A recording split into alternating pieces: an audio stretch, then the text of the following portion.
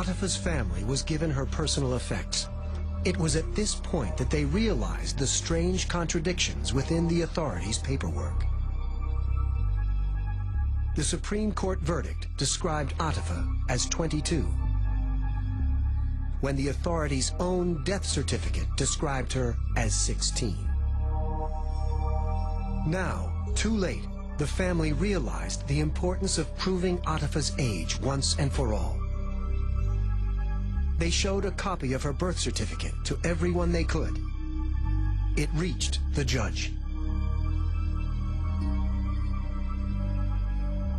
When he saw the birth certificate, he started to sweat. Big droplets of sweat started dripped.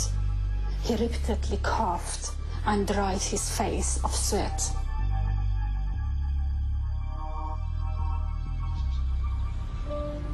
Just 24 hours after the authorities were confronted with Atifa's birth certificate, Atifa's body disappeared from its Nekka cemetery grave, as one of the many who came to pay their respects found out. She went and came back in 20 minutes, and she told, "Where is her grave? There was just a mess there." I really don't know if even now the corpse is there or not. A 16-year-old described as 22. A verdict rushed through the Supreme Court at many times the normal speed. Now, a corpse disinterred. The question that won't go away is, why did Judge Haji Rezai repeatedly deviate from normal legal procedure in Atifa's case?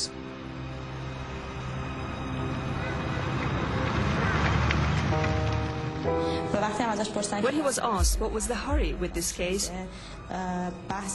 he said that in his opinion there was too much immoral behavior in Nekka, particularly as it was summertime and there were a lot of tourists stopping off. The dissident press linked Atifa's case with the arrests of 2 moral police officers in her hometown. 8 weeks after her execution, the 2 policemen were charged with running a child prostitution ring. Newspapers reported that these were the same 2 officers who presented the petition that led to Atifa's hanging.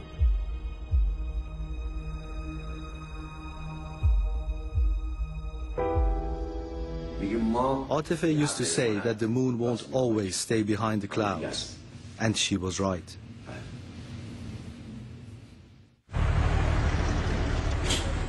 When I heard the news, I felt like I had been hanged too. This case and its verdict was neither legally nor morally correct, and Atifa should not have been executed. The filmmakers telephoned Judge Haji Rezai to ask him about the case. حاجی سفر رضایی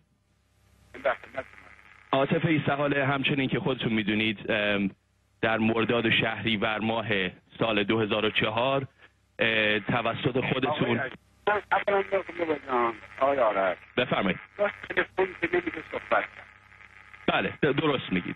من فقط 2 تا سوال کوچیک از شما داشتم. 2 تا مقوله جداگانه شما هست. با مال شرمندگی معذور هستم. من معذرت میخوام. من فقط 2 تا سوال خیلی کوچیک ازتون دارم. The judge would not answer any questions and hung up the phone. His biography suggests he is one of the revolution's own.